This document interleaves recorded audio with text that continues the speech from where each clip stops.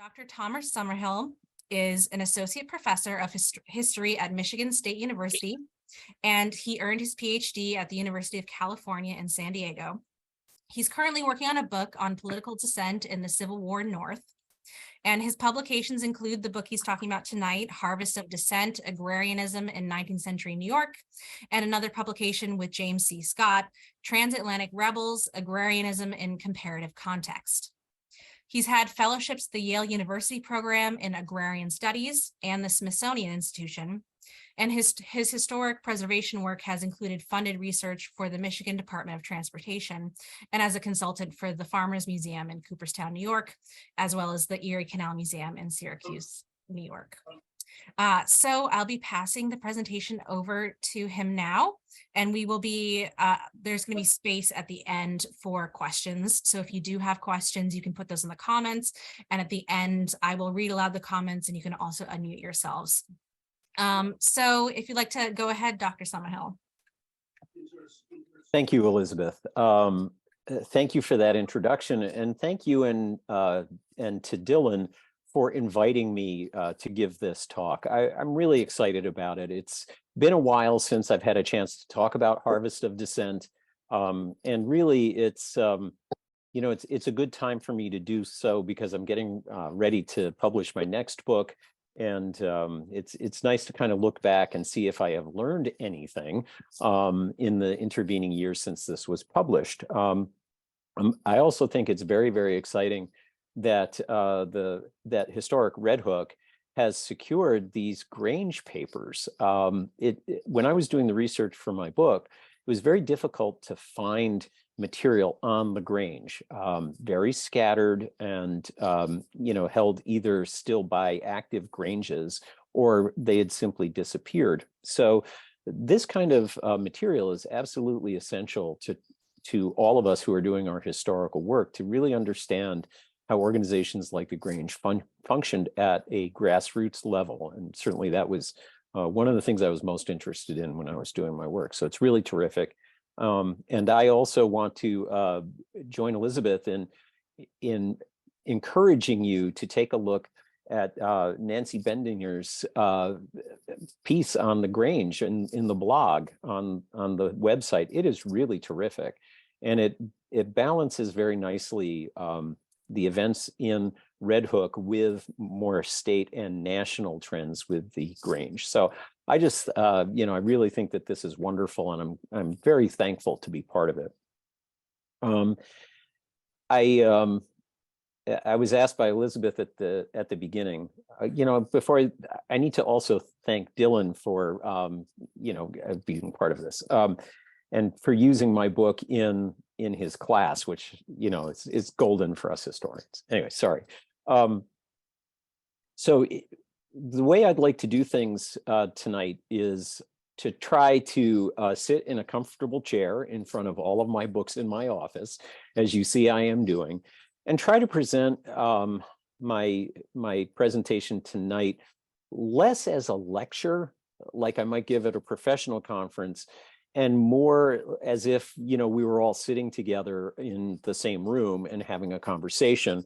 Although, you know, I would like to wait until the end for the questions, just so that I don't get myself too far afield, because there are certain things that I want to talk about tonight about the Grange and about the book, and the chapter that some of you have read. I hope most of you did.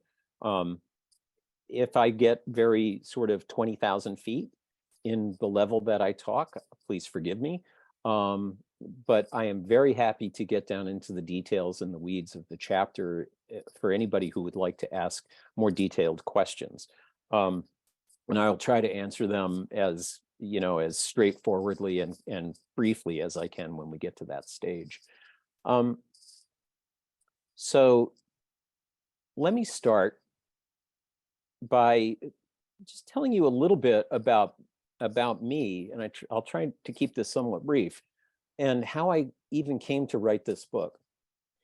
I'm originally from Staten Island, New York, so I'm a New Yorker, a city person by birth, but my family, my grandparents specifically, moved to upstate New York, to Otsego County, in the 1960s, as you know, that was going to be their retirement. And when my parents split, my mother moved to upstate New York, and that's where I grew up. I grew up in one of the counties that I studied. Um, as I moved from undergraduate into graduate school, I I began asking questions about why cities like Oneonta, where I grew up very close, had things like the largest roundhouse in the world at one time. It made no sense to me. And I, went to Syracuse University and did my master's thesis on the promotion of the Albany and Susquehanna Railroad, which was the original line of that the Delaware and Hudson later purchased. And along the way, in studying that initiative, I found out something that really surprised me, and that was there were a lot of farmers who resisted the construction of that road, and especially with public funding. Um, this was not something that showed up in the historical literature at the time. So it's back in the 1980s. And I just, when I went off to San Diego to do my PhD, I wanted to explore that aspect of the story much, much more. And as I researched more about farmers and farm movements in upstate New York, starting with the promotion of the Albany and Susquehanna Railroad in the 1850s, I discovered that there was a lot of farm protest in upstate New York, whether it was the anti-rent movement in the 1830s and 40s, and frankly, the roots of that go back to the Revolutionary period, or the Grange and other farm organizations after the Civil War. There was an entire story to be told. So that gave me something to go study. And then I was compelled to go study that because when I read other people's books about upstate New York farmers, the way that they talked about rural life and the farm economy and the people who lived in the countryside seemed alien to me. And this is as a New Yorker by birth.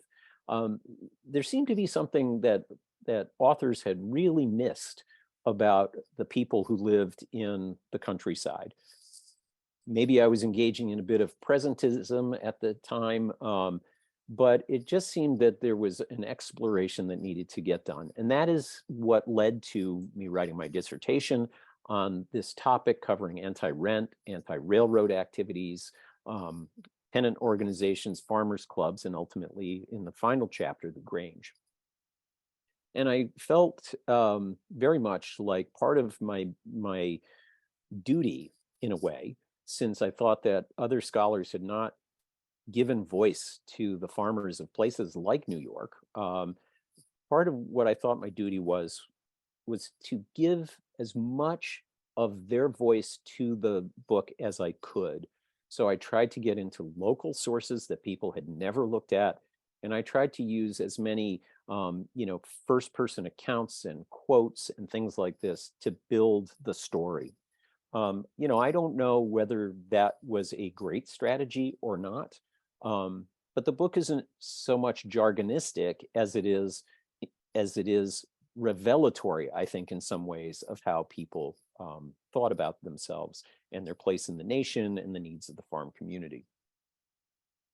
So that's kind of what brought me to the book.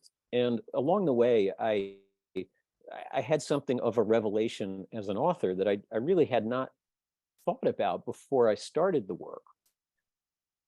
I came to realize, and I say this in the introduction of the book, just how radical a political idea democracy is.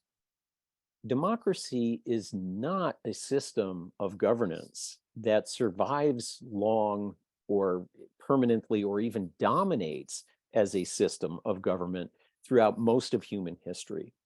And I came to appreciate that in many ways, scholars had almost overlooked the radical implications of self-government.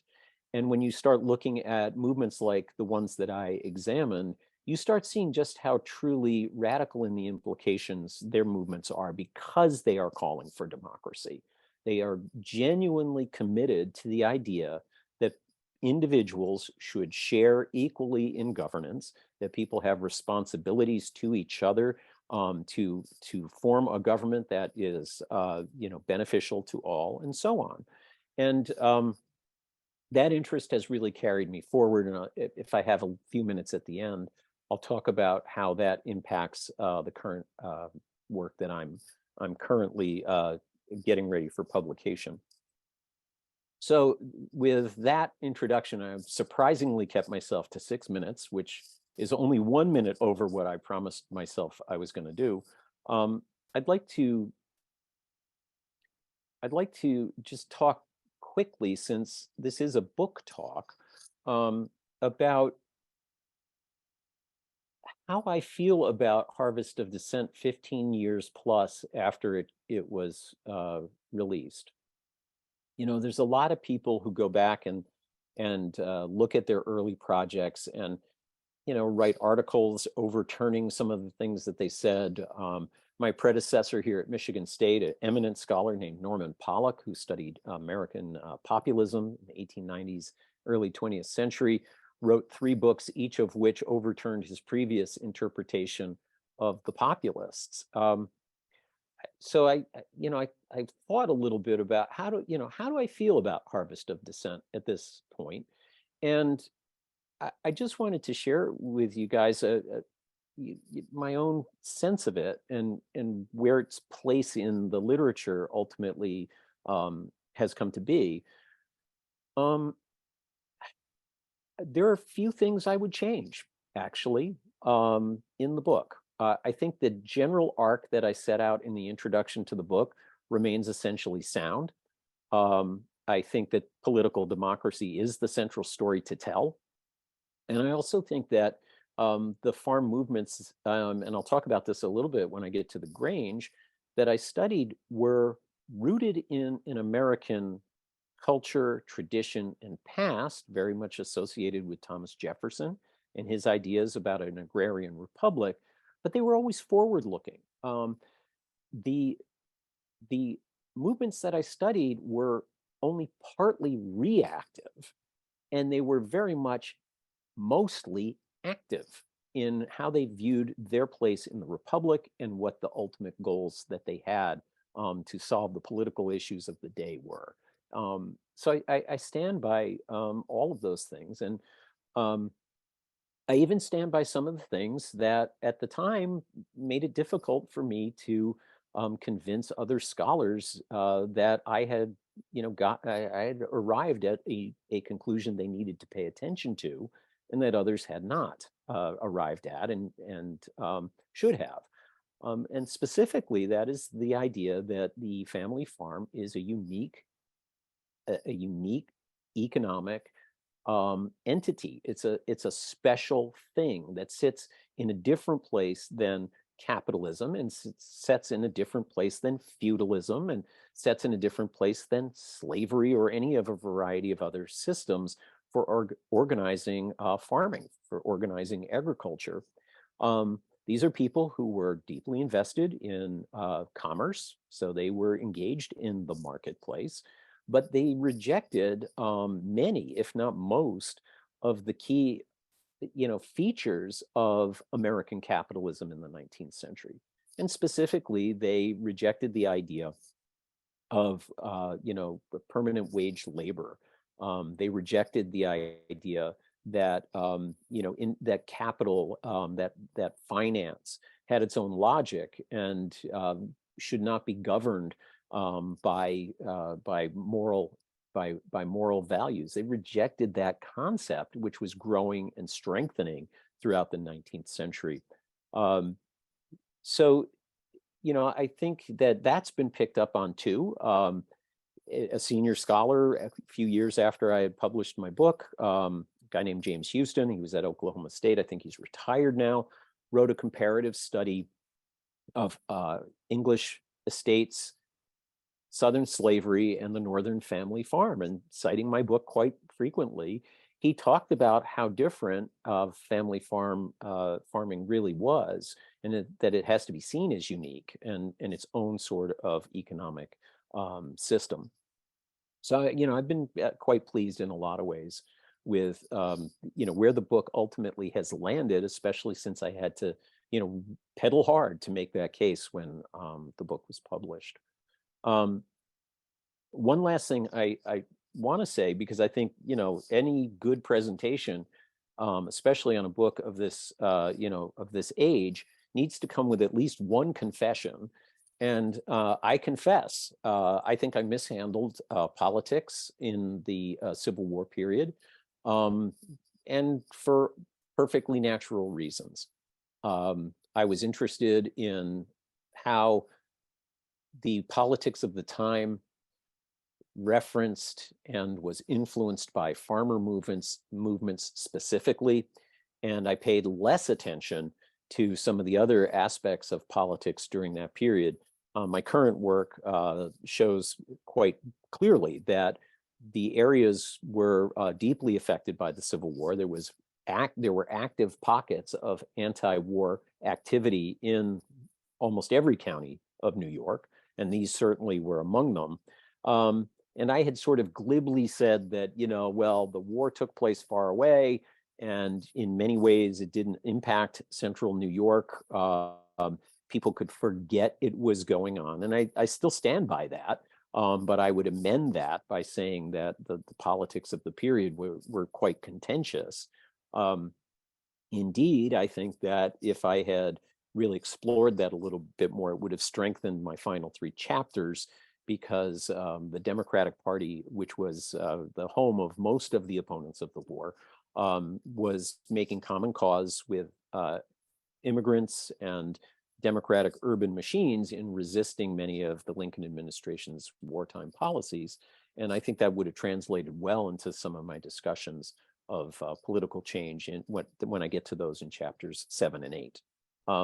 So that's my confession. I think that is the one part of the book that if I could rewrite it, I think that I would. And I'll leave aside my own self-critique of my choppy postgraduate school writing style, which has its moments. Anyway, so this is a little way for me to kind of reflect on the book and share some authors' thoughts about the book and what we might want to take out of it, and whether I think it's aged okay or not. And I do think that it's aged better than I might have anticipated. One last thing, it's not that odd, I think, for me to be talking about a book that's over 15 years old, just because of the life cycle of scholarly works. It takes 5 or more years usually to research and write a book, a couple of years in production, a year, maybe 2 in production. And then it takes, up to 3, sometimes 4 years for scholarly reviews to come out. By the time you get to the end of that scholarly review cycle, it's only then that people start talking about your books. So these can be very long processes. So it's really nice to be talking about this, and it doesn't feel that far beyond the publication date to me. All right. So what I want to turn to next is the Grange itself. I'm going to sort of ease into chapter 8 by talking about the Grange within a broader context of not only, perhaps the book, but more specifically chapters 6 through 8 of the book. The chapters cover first changes in the economy of central New York during the late 19th century, then talks in chapter 7 about tenant unrest and the creation of farmers' clubs, which are very distinct from the Grange, as I note in the chapter that you read, and then talk about the Grange itself.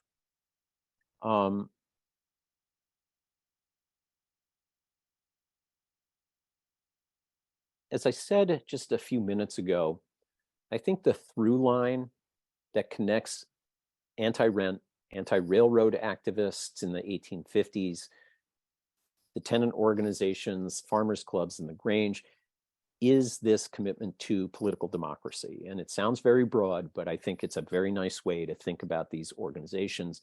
And, political democracy in the minds of 19th century Americans included economic opportunity as well. Americans wanted a level playing field, and they were very skeptical about concentrations of wealth and power at the centers of power, state legislatures, the federal government, and so on. And they ardently opposed the monopolization, as they called it, of wealth and power, and jealously guarded their own citizenship rights and access to citizenship rights. I think the Grange takes a very unique path in how it defines those citizenship rights for one main reason. They are absolutely committed to women and men both enjoying full rights of citizenship, including the vote. And this, I think, really distinguishes them from most other movements at the time. But it speaks to that notion that government should be self-government, and that women as productive citizens, as persons of integrity, character, commitment to the Republican experiment in self-government, they deserve as much as anybody else to have full rights and privileges of citizenship. So anyway, I think that these things all knit together through this through line of commitment to economic and political democracy.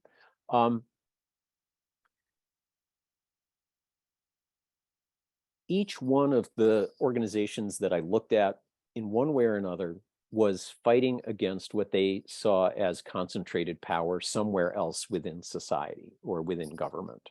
So for anti-renters, they targeted landlords for their vitriol and for their protest. In their minds, landlords had monopolized the land and used the wealth generated from rents to corrupt the New York State legislature and to gain for themselves monopolistic charters for corporations and all sorts of laws supporting landlord rights at the expense of the tenants who were actually working the land and improving the land. In the 1850s, local opponents of the construction of the Albany and Susquehanna Railroad could look at entrepreneurs, some of whom were local and some of whom lived in Albany specifically, or New York or Binghamton less so, and argue that those people were using their economic power and access to the government in Albany to, basically, railroad their neighbors into paying for a railroad that might or might not benefit them and certainly would raise their taxes. So again, that fear of monopoly, that fear of concentration of power, and the implications for the limits that would then place on political democracy, is a key element of that anti-railroad agitation. And then, in the Gilded Age, after the Civil War, America's financial corporations, the large conglomerate corporations, Standard Oil and so on, made, just terrific targets for reformers who saw in those organizations, all of the seeds of corruption of the American experiment in self-government and, the economic ladder, pulling yourself up from the bottom and successively having this right to rise, as Lincoln would have put it. The Gilded Age robber barons were, sort of out of central casting for everything that had gone wrong in American society. And it was easy for people like Grangers to tie all of the errors in American society that they saw to people like the robber barons, the Vanderbilts of the world, the Rockefellers of the world, the Carnegies of the world. One of the things that I also say in the book, and that I think becomes important when I start talking about chapter 8, is that these organizations were very adaptive in how they challenged what they perceived to be entrenched power or rising power in the 1850s. Anti-renters attempted to use party politics. They formed an anti-rent equal rights party, and it was nonpartisan in the sense that they threw their weight behind individual candidates from either the Whigs or the Democrats, but they were willing to go into the voting booth to push their agenda. That ultimately didn't result in the kinds of gains that they had hoped for. They made modest gains in this process, including the revision of the New York Constitution in 1846, but they found that much of the agenda that they had, including the dismantling of the manor system in Eastern New York, had just simply not happened. They had not been able to overcome resistance in the political realm to those kinds of problems and to solve those issues. Opponents of the Albany and Susquehanna took a different tack, and probably learning from the failures of anti-rent within the political sphere. They did not try to make a partisan pushback against the railroad, but instead deployed township level politics to try to band together to prevent the railroad from enforcing, or enforcing is the wrong word, of eliciting or extracting municipal bond sales to fund the railroad. They also entered the courts and tried to fight the courts there. The Constitution of 1846, unfortunately, had defanged any such efforts, and they found themselves repeatedly defeated in the courts and in local politics. And not surprisingly, post-Civil War agrarians like the Grangers, and specifically, I think, the Grangers, turned to non-partisan means, outright non-partisan means. They did not enter the political realm. Instead, they focused in on individual and community self-improvement and saw in their efforts and their successes at the local level the seeds that could be, then matured to help save the entire republic from the risks and dangers that they perceived around them. So, it's very interesting. The organizations are adaptive over time, even though they have this through line of a commitment to political democracy.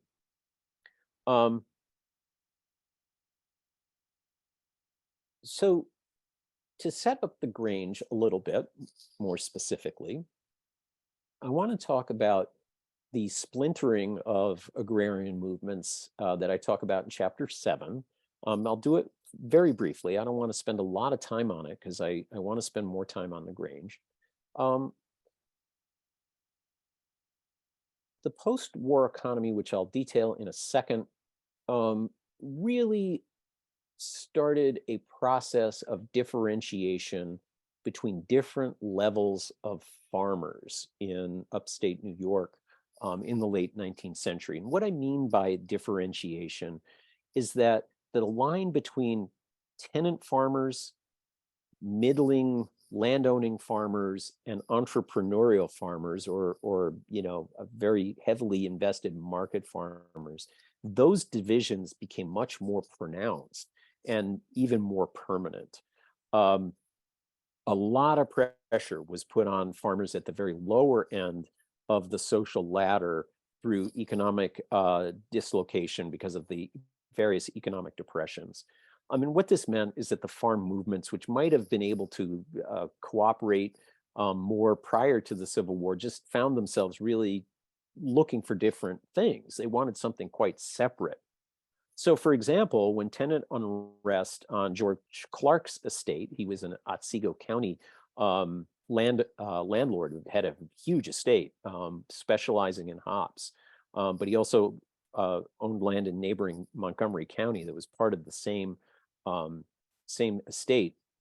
When a Captain Jack flare up, this was an outbreak of arson on his tenant farms, blew up in the 1870s.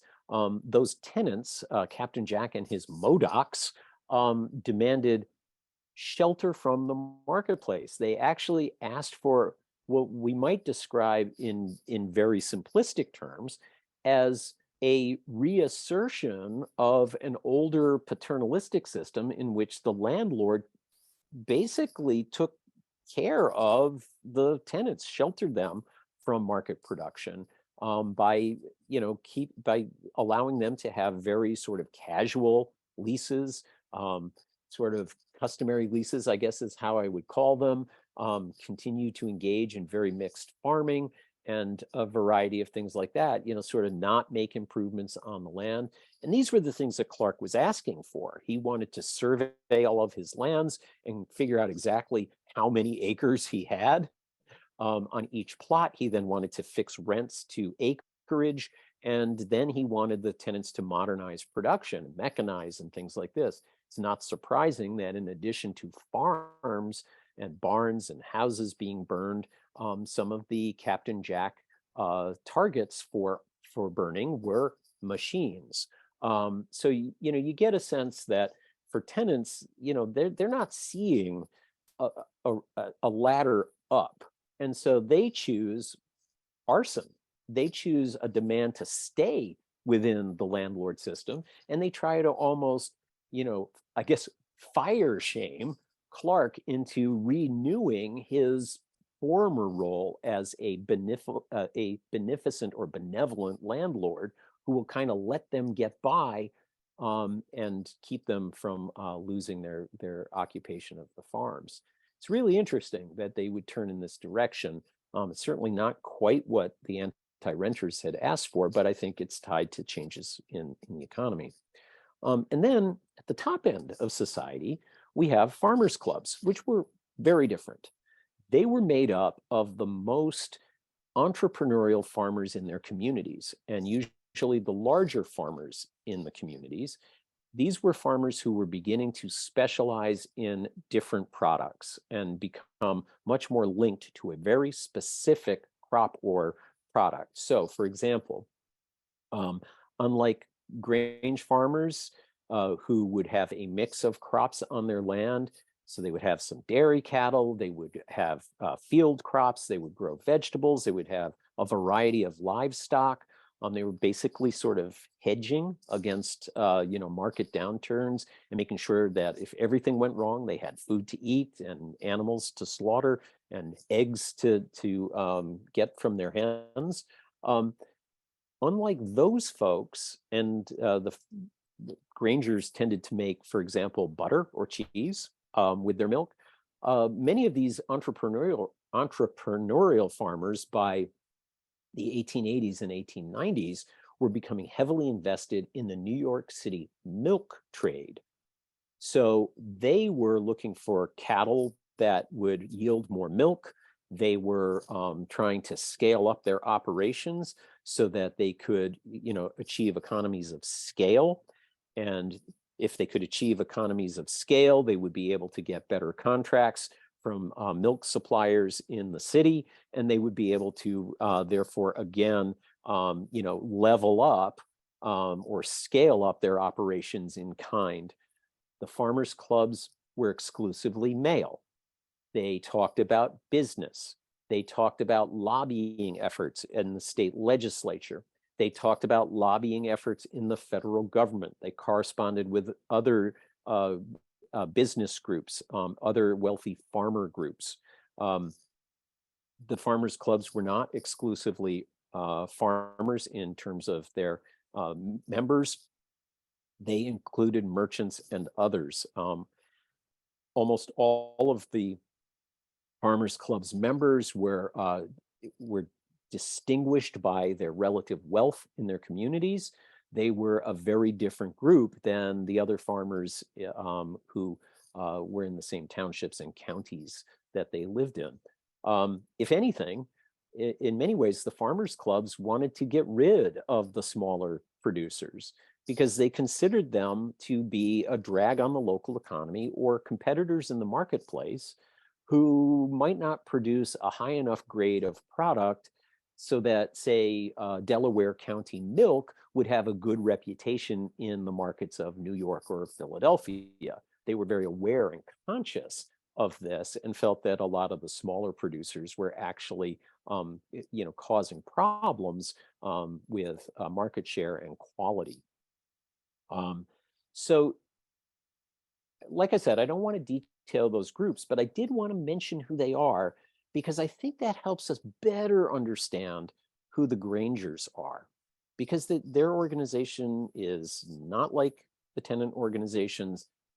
Their organization is not like the farmers' clubs. They have a very clear agenda that that distinguishes them, and they have a very different membership that distinguishes them from both of those groups. So who joined the Grange? I do not know why, but one day when I contacted the New York State Grange and talked to the Grange master, I persuaded the Grange master to open up the archives of the New York State Grange to me. And specifically, he opened up the charters for the subordinate granges of the state of New York. And I was just interested in the 3 counties that I focused on in the book. And he allowed me to go in and, copy all of these for the late 19th century. I was the first person, the first scholar that he had allowed to do that. The Grange is a secret organization, or certainly was. And this was just not information that had been shared. And, perhaps nobody had ever asked. But here I was, a fresh-faced and at the time blonde kid working on my dissertation. And I went in and I got these records. These records allowed me to do something that no other scholar had been able to do previously. And that is to actually build an economic and social profile of Grange members in the early Granges in upstate New York. And so I was able to figure out how old they were, whether they were married, how many kids they had, their farm acreage, their farm income, the crops that they were growing in the fields, and all of this. And it was just a wonderful opportunity. And it really positioned me to be able to make some very clear and new conclusions about the Grange. First of all, there had been a kind of tacit understanding in the literature that Grangers were the, quote, better farmers, and people usually equated better farmers with wealthier farmers in their communities. My quantitative analysis of the Grangers from Otsego, Schoharie, and Delaware County suggested that this was in fact not true, that Grangers were in fact very much just at the very top crust of middling farmers, average farmers in their communities. Because I could get records from 1 or 2 of the farmer clubs, and even, Shazam, right, lightning strikes from above, from one of the same communities that had a Grange that was founded at the same time, I was able to show that farmers clubs were, way above the Grange in terms of their income and acreage and annual production and income. This was just, this is just, unique stuff. And it made it so that I could really start to understand Grangers as being quite representative of a broader community. And, this then helped me interpret the Grange rituals that I detail in chapter 8, helps me better explain why the Grange was so committed to gender equality, and so on. So if the Grange is New York's middling class of farmers, if they're quite representative of the average farmers in their communities, then what can we say about them? What is it that we can learn about them once we have this economic or social profile of them?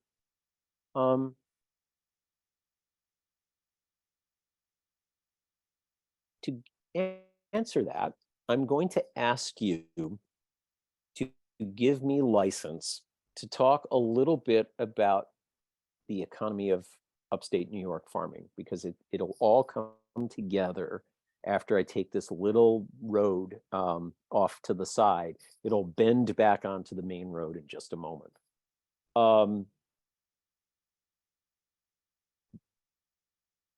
The farm economy of upstate New York had enjoyed a big boost during the Civil War. Prices were high, demand for agricultural goods was high, and farmers invested in new land, equipment, barns. They built those wonderful homes out of brick that still dot the landscape, and so on. Sweat equity was often the path forward, so farmers just worked a lot harder, but good prices also encouraged investment in machineries and technologies, et cetera, or, the taking on of credit with the hopes of, sort of paying it off quickly. However, upstate New York's economy, post-war economy, was not, a paradise, quite the contrary. The economy began to attract, partly just because of demobilization of the Civil War armies in 1868, but also because the federal government was beginning to contract the currency. There was a new crisis in 1873 with the collapse of Jay Cook's bank in New York. Then again, there was another downturn in 1886 and another one in the mid 1890s.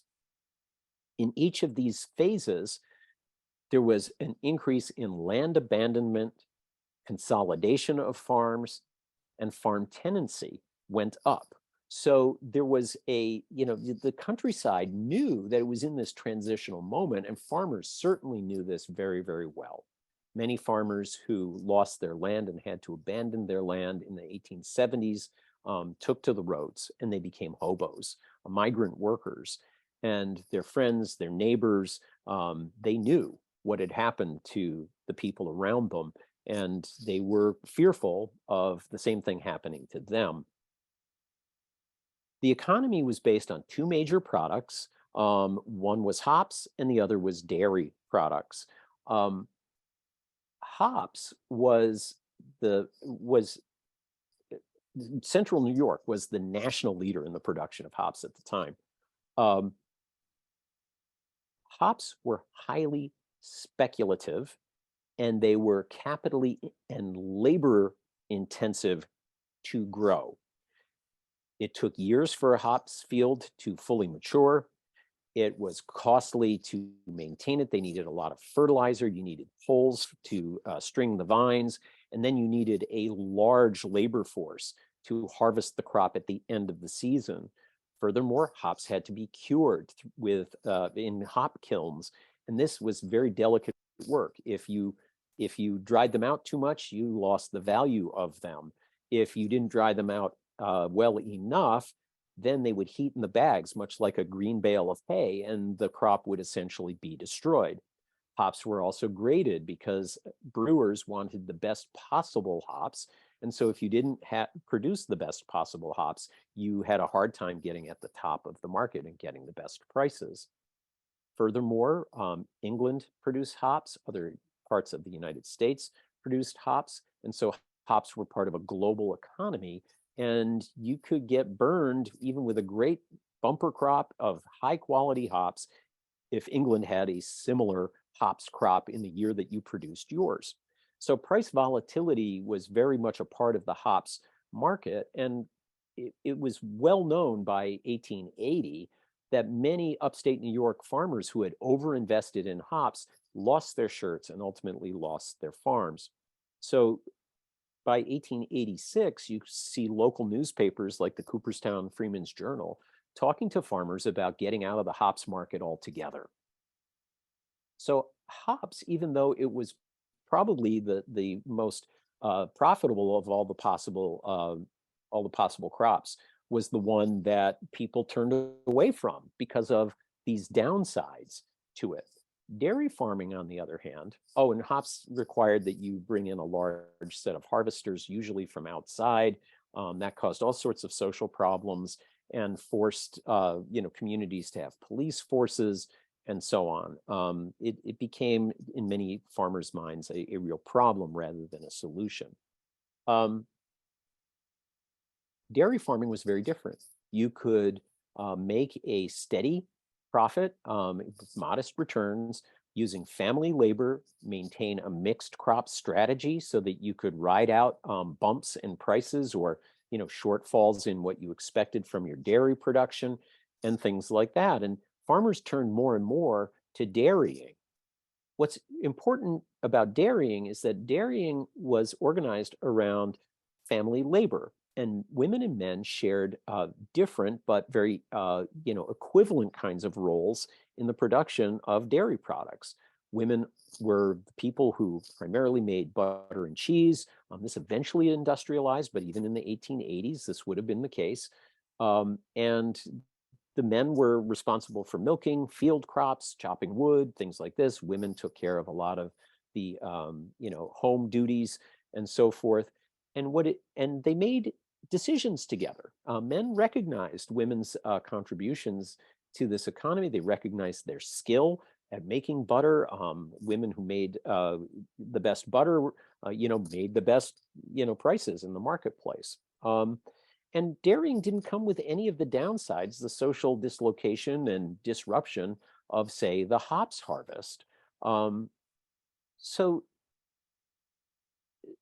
dairy farming really began to take root after about 1886, as much for social reasons as for economic reasons. And in fact, you could say that farmers were acting against their own interest by abandoning hops and turning to dairy. But it fitted with the values of upstate New York farmers because they feared that hops growing, which was becoming increasingly industrialized with really massive farms in places like Cooperstown, was creating exactly the kind of concentrations of wealth that they didn't like. And migrant labor reminded them of all of the downsides of what was happening in urban areas. The fact that many of the migrant workers were immigrants just, sort of added fuel to this, this concern. And much like laborers who blamed, factory owners for encouraging immigration to cut wages for native-born American workers, the Grangers and dairy farmers would have argued that essentially something similar was going on with the hops harvesters or the hops growers, that they were bringing in harvesters, and it undercut the ability of other farmers to maintain their operations. So it's the dairy farmers who become the leading lights in the Grange movement after that first wave of economic dislocation in the 1870s, that 1873 depression. That's when the Granges get their first wave of membership in central New York. In the 1880s, it happens again. After that crisis, in the 1890s, it happens again. And the Grange speaks to those same family values, this idea of mutual endeavor between men and women, the absolute critical importance of the family farm to the survival of the lineal family over generations, but also for the communities, the sense of duty and citizenship and community leadership that the Grange promoted so effectively. And the idea, honestly, of Protestant values of hard work and temperance and denial in the interests of improving one's community. The Grange was heavily Protestant. It was heavily, and it was very much an organization that drew, from families. So the men and women who joined the Granges in the different counties that I studied, they're like 90% or more married couples in each one of these Granges. Much like in the farm household, and I detail that in the chapter, the Granges couldn't form without women. They couldn't function without women, and it was written into the charters. And then in practice, even though the National Grange had a series of rules and different offices were designated as male or female, women took over at the local level many of the formerly male functions and offices. They became key Grange speakers. They set Grange meeting agendas. They served as treasurers, secretaries, and other offices that had been originally intended for men. And they carried this outside of the home as well. The Grange became active in the women's suffrage movement in New York State. They were at the forefront of the change, which sort of the halfway house for New York, where women could vote in school elections, thanks in part to the Grange's efforts in the early 1880s, and so on. Now I see that I'm kind of up on time here, and Elizabeth hasn't, sort of given a sort of animated hook yet, but I will try to finish up here in just a few minutes so that we can get to questions.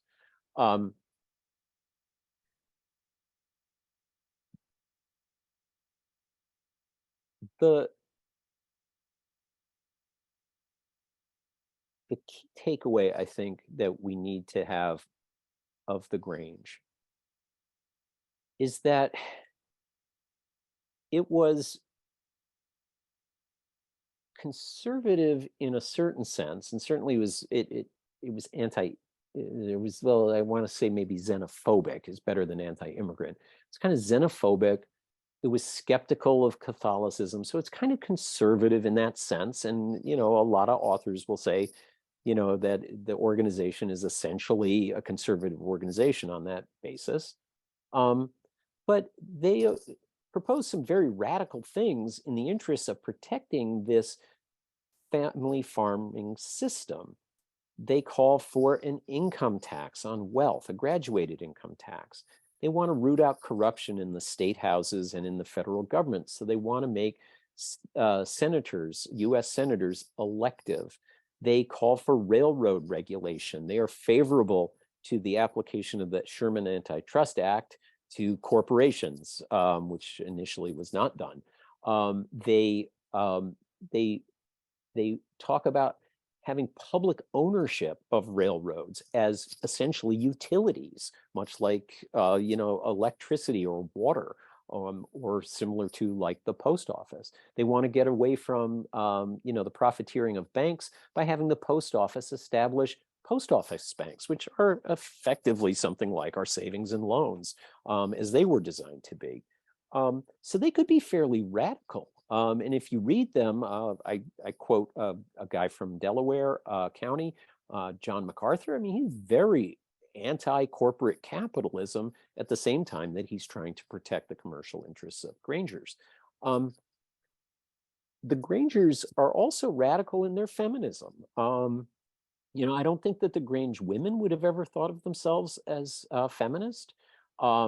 But their program is genuinely one that demands recognition of women's equality. And honestly, I think for the most part, the Grange lived it. They walked the walk. They didn't just talk the talk.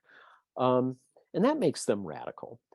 In many ways, you could almost see the Grange almost as proto-progressives. The progressives begin to make a national impact on some of these very same Grange issues in the early 20th century, but the Grangers are talking about this in the 1870s and 1880s.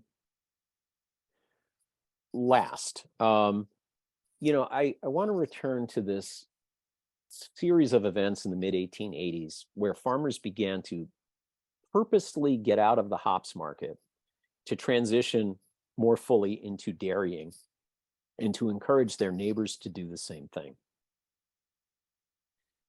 This can only be explained if the Grange is fundamentally different than your average run-of-the-mill entrepreneurial capitalist, operation is at the same period of time.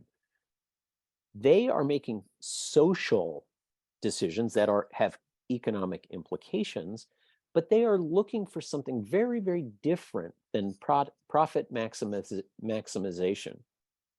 They're looking for sustainability. And I gave a paper at Brown University a few years ago about this, that I thought that, 100 years plus after the Grange, we're still trying to figure out agricultural sustainability. Well, they might have figured this out by about 1900.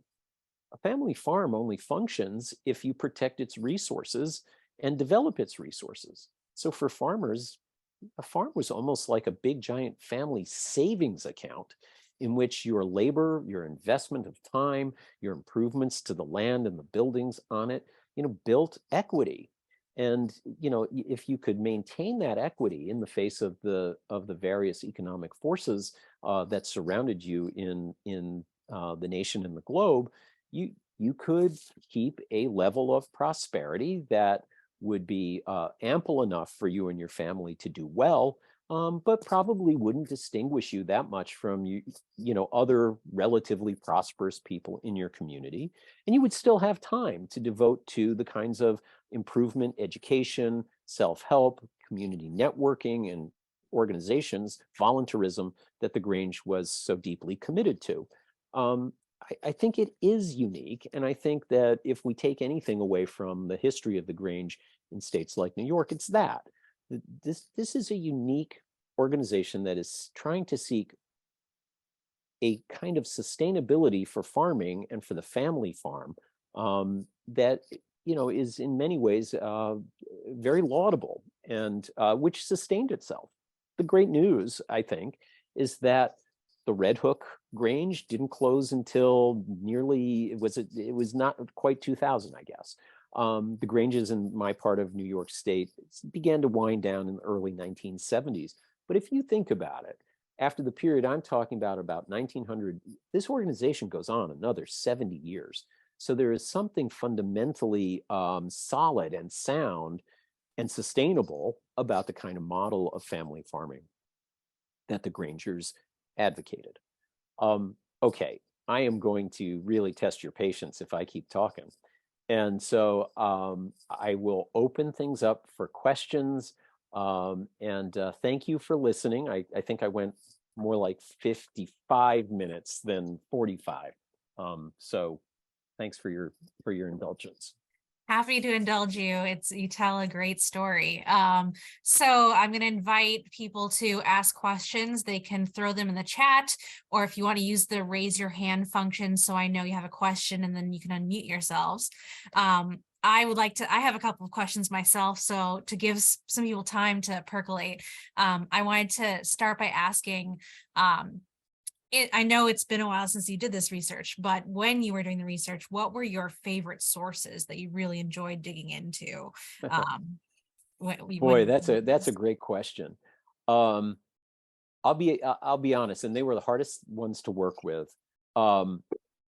Anything written by regular, average, run-of-the-mill farmers, and sometimes there might be family letters that had been preserved. Those were wonderful. But also farmers kept diaries and account books. And while many of them simply note what the weather is and what, how many acres of corn they planted that day, others actually talk about, their activities in the Grange, in their community. You can extract all sorts of really interesting stuff from those kinds of sources. So I just really loved all of those. And I did take a lot of paths that other people didn't take, going to local archives and historical collections. And I put a lot of mileage on a beat up old car to get to them. But it was always well worth the trip. I always found something really interesting and new in those letters. Awesome. Yeah, you never know what you're going to find in a small historical society. Always worth the trip. I had another question before I see. I see a couple of hands raised. So you mentioned a couple of the rituals in your book, and I'm just curious if you could give us just a description of some of them, and maybe the reasoning for why these organizations found it so important to have those types of rituals. Yeah. I got to grab my book. Yeah. If you get into chapter 8, because I don't remember them verbatim, Elizabeth. So, you have to bear with me a little bit. But if you get into like chapter 8 and you get to 202, page 202 and onward, I talk about some of the rituals for the initiation of new Grange members. And it includes what symbols they are given, what the names of each level of Grange membership is, what the expectations are. And men start out as laborers. So it's very simple, it's very straightforward. And the laborer receives gifts that signify his duties as a farmer and as a member of the community. A plow emblazoned on a pouch reminded the laborer that, as with plowing the field, his conduct must be straight, and he must cultivate a deep thinking and active mind to overcome hardship. An axe, a plow, a harrow, and a spade were given to him and symbolized the process of clearing, planting, cultivating, and improving a fruitful farm. Female officers addressed the new member. Ceres gave an ear of corn, admonishing him to eat but to save the rest to plant, and to make sure his neighbors had enough to eat and sow. Flora gave him a garland emphasizing the importance of the forest, orchard, and flowers to the function and beauty of the farm. And Pomona offered fruit as a symbol of refined agriculture and health. And each one of the stages for men and women included this very, very specific set of messages. So much of this was conveyed through symbolism, and much of it was conveyed through speech by the different officers of the Grange. Grange songs, which I also include in this section of the book, basically reinforce these messages. I don't know how much, I can't sing this, but the hand that holds the bread has a line: a fair reward for toil, a free and open field, an honest share for wife and home of what your harvests yield. I mean, it just kept reinforcing this idea of hard work, a sense of responsibility, and really a sense of shared commitment and sacrifice on the part of men and women.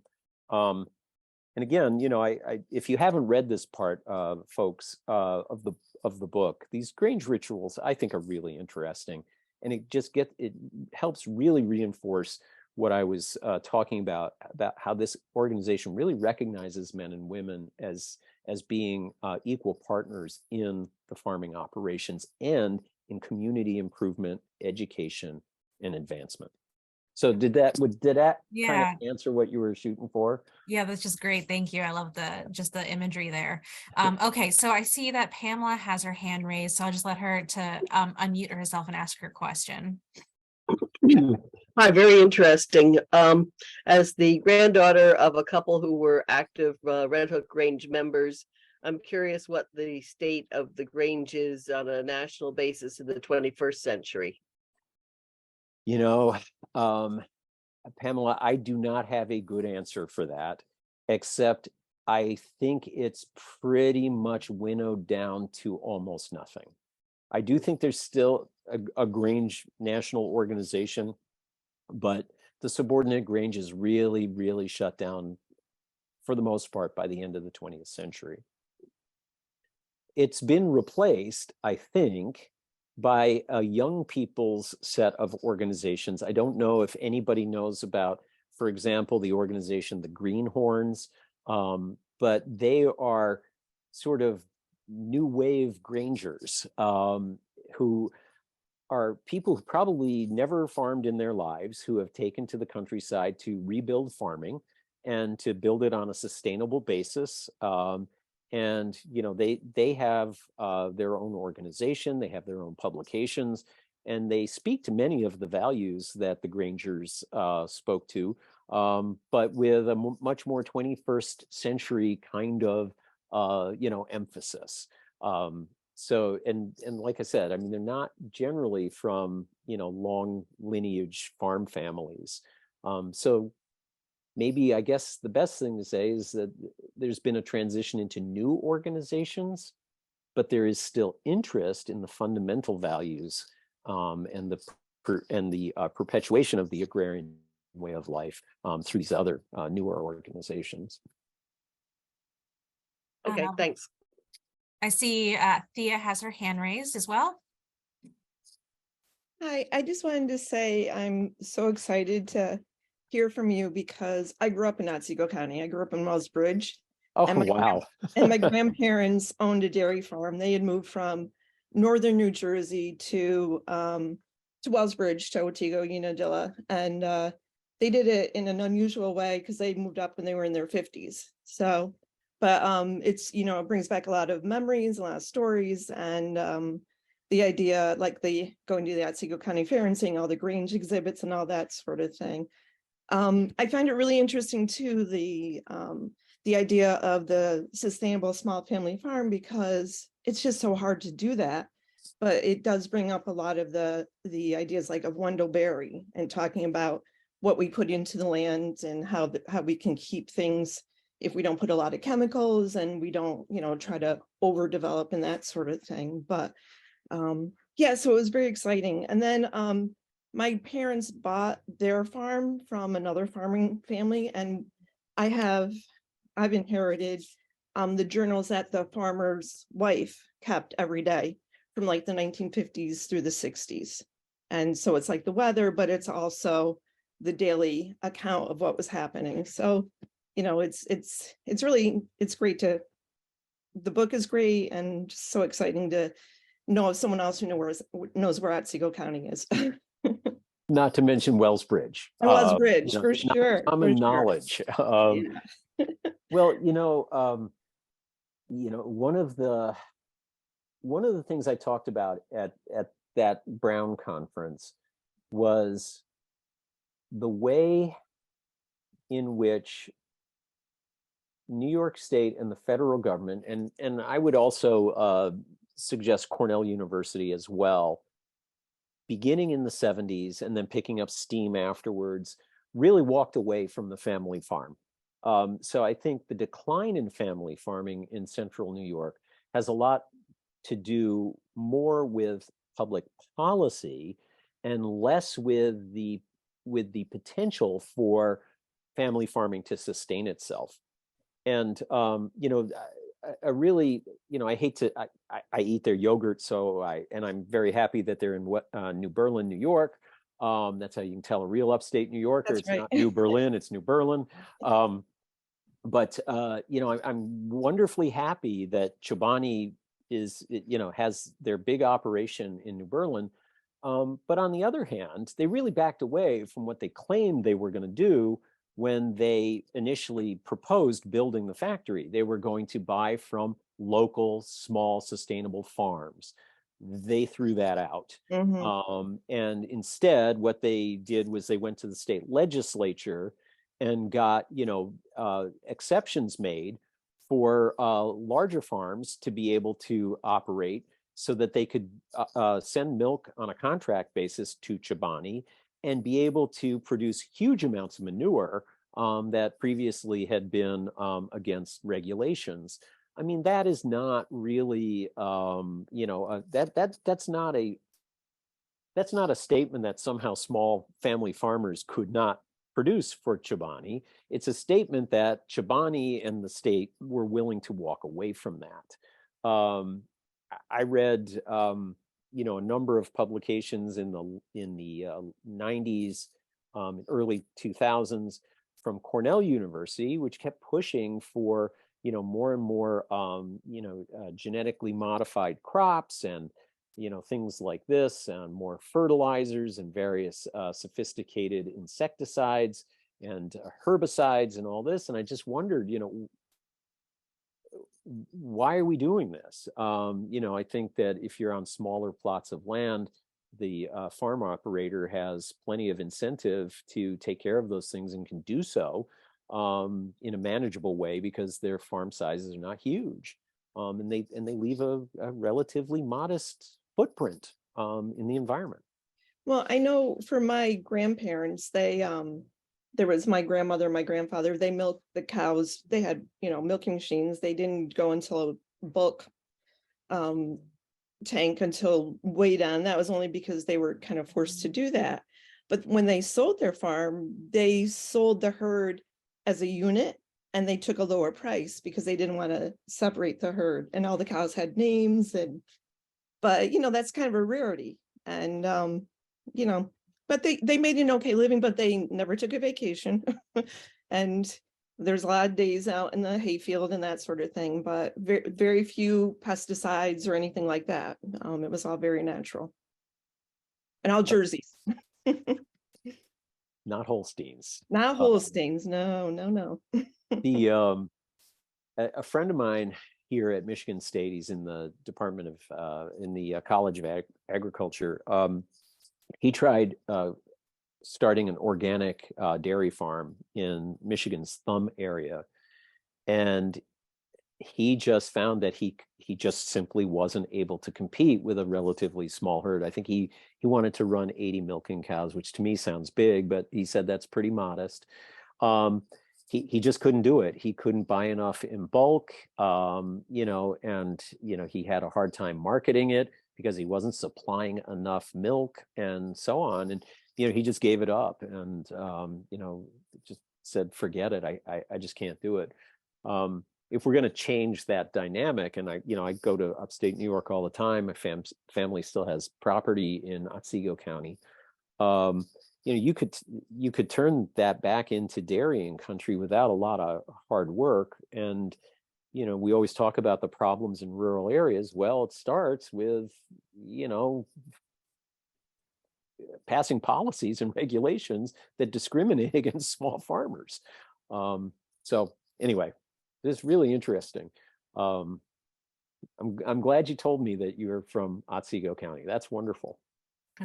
I see Christopher Close has his hand raised. Thank you. I'm 78 and I've been in Red Hook my entire life with a hiatus in Washington, D.C. to make things better. But anyway, long story ending with, I think there's been a war on the family farm since the post-war era, and it's in the industrialization of agriculture. And you have the American Farm Bureau as a lead policy denier for family farms, for example. I mean, it's been 70 or 80 years worth of policy input by bigger and bigger farmers to squeeze out the small family farm. You talked earlier about the lack of support for family farms. Yeah, we suffer that in Red Hook. Red Hook in my lifetime has gone from a very small agrarian farm community to now we have actually no working dairy farm left in Red Hook. The last family dairy farmer died in 2000 and that was it. And 6 months later, the barns are down and the fields are empty. Now they sport, hideous big houses with nobody in them.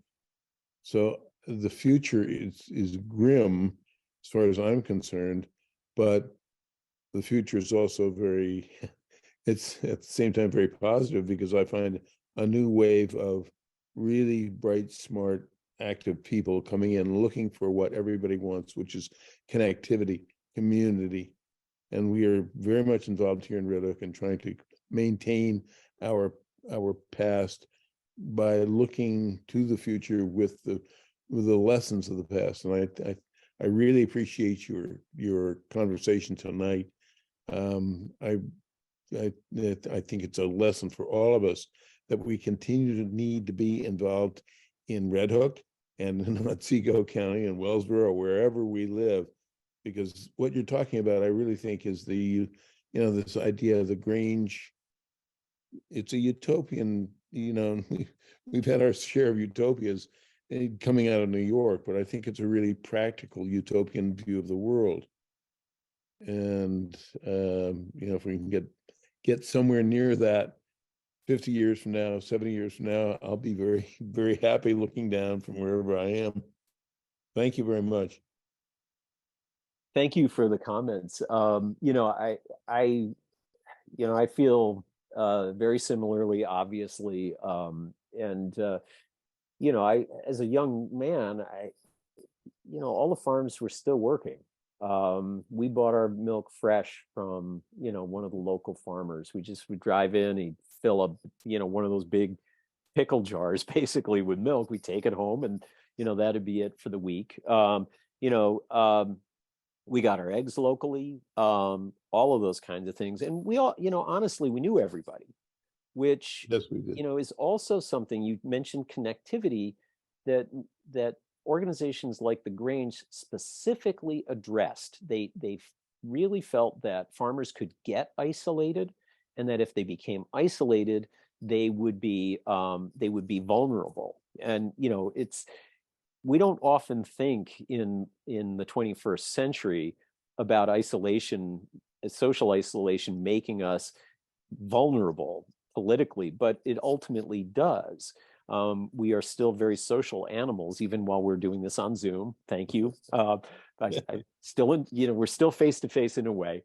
But it's we can't walk away from our humanity, and humanity requires connectivity, and that is how we ultimately are healthier psychologically, and we make connections, we share work, we get better because we see new ideas and so on. And the Grange really did have that function. Yeah. Awesome. Well, unless there are no other questions, I think that's a really great note to go out on. I really enjoyed this presentation, this conversation, really. It was nice to have this intimate setting. So thank you again. We will be posting this recording on our website for anybody who wants to revisit it. And all are welcome to come and visit the Historic Red Hook Archives, and if you want to see the Grange collection yourself. So thank you again, Dr. Summerhill, and I hope everybody else has a good evening. It's been a pleasure. Thank you so much. Hope you enjoy the book. If you haven't read it yet, I hope you do enjoy it. Cheers. Awesome. Take care, everyone.